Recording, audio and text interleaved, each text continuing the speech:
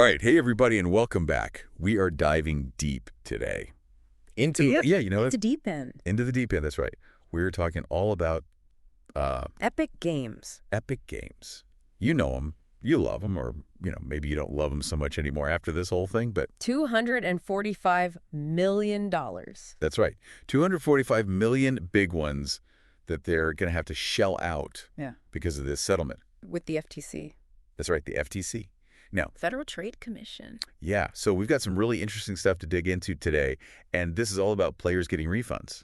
For stuff they didn't mean to buy. Yeah.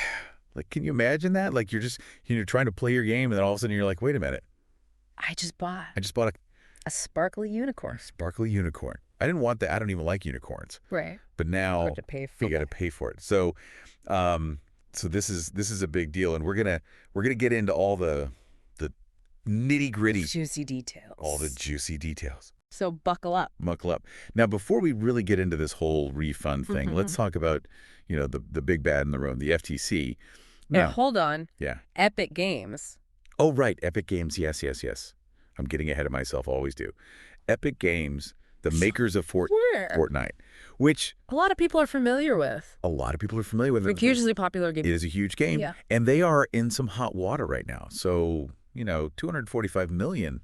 That's a lot of dough. It is. Why are they having to pay so much? Well, the FTC got involved. The FTC. That's their job, right? To protect consumers from shady business practices. Maybe. I like that word. Yeah, and in this case, they say Epic Games, they weren't playing fair. Not playing fair in a game. That's ironic, isn't it? It really is. But seriously, the FTC is looking at how Epic designed their in-game store, the way they get you to spend money, and they're saying it was designed to be deceptive, especially for younger players. Okay, so break it down for me. What exactly did Epic Games do that was so bad? Like, was it the stuff they were selling or how they were selling it? It's more about the how. See, the FTC, they're not saying you can't sell cool skins and dances in your game, but they are saying you can't trick people into buying them. Okay, that makes sense. I mean, everyone wants to look cool in their favorite game, right? Yeah. But nobody wants to feel like they've been tricked into spending their money. Exactly. And that's what the FTC is saying happened. Like, remember those dark patterns? Oh, yeah. The sneaky design tricks. Right. So imagine you're in the heat of the moment trying to get back to the game and boom, the buy now button is right next to the cancel button. Or you get a limited time offer, flashing and blinking, and you got to make a split-second decision. Ooh, I can feel the pressure already. Right. And before you know it, you've accidentally spent money on something you didn't even want. Ugh, I hate when that happens. Same. I can't even tell you how many times I've accidentally bought the wrong thing online because the buttons were too close together. Exactly. It's frustrating. And the FTC is arguing that it's unfair, especially when you're dealing with kids who might not fully understand what they're doing. That's a good point. Kids are definitely more vulnerable to these kinds of tactics. And the FTC is taking that very seriously. This whole case is setting a precedent for how game developers design their in-app purchase systems. It's about consumer protection, making sure players are in control of their spending. And how are gamers reacting to all of this? I mean, $245 million is a huge G-win for them, right? Oh, absolutely. From what we're seeing, players are over the moon. They're calling this a victory for consumer rights and are feeling pretty good that a company like Epic Games is being held accountable. I bet. So what does all of this mean for the future of gaming? Do you think we're going to see big changes in how games are monetized?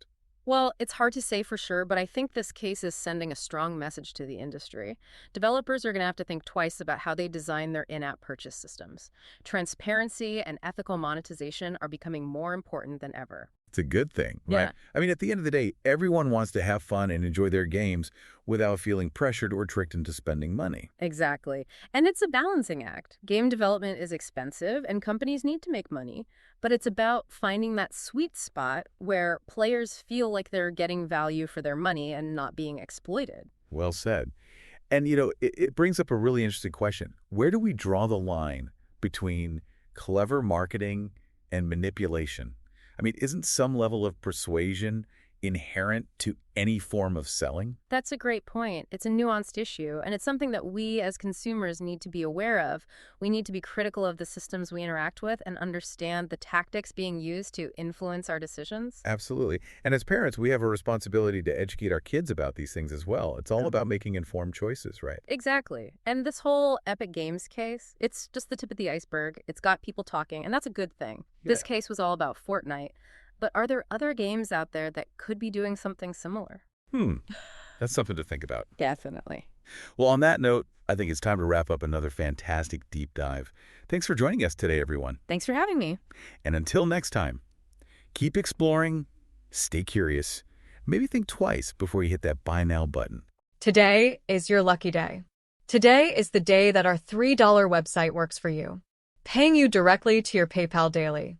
Imagine $3 ongoing continuous payments to your PayPal account. Imagine falling asleep and waking up to $300 in your PayPal account. How would this make you feel? How could this help you? What bills could you pay? What kind of fun could you have? What does that retirement look like now? All for a one-time payment of $3. This website is DFY done for you, fully built and completely hosted, and never stops collecting payments for you. You have spent $3 on coffee on a regular, but that coffee won't help you create multiple streams of income. Click the link below.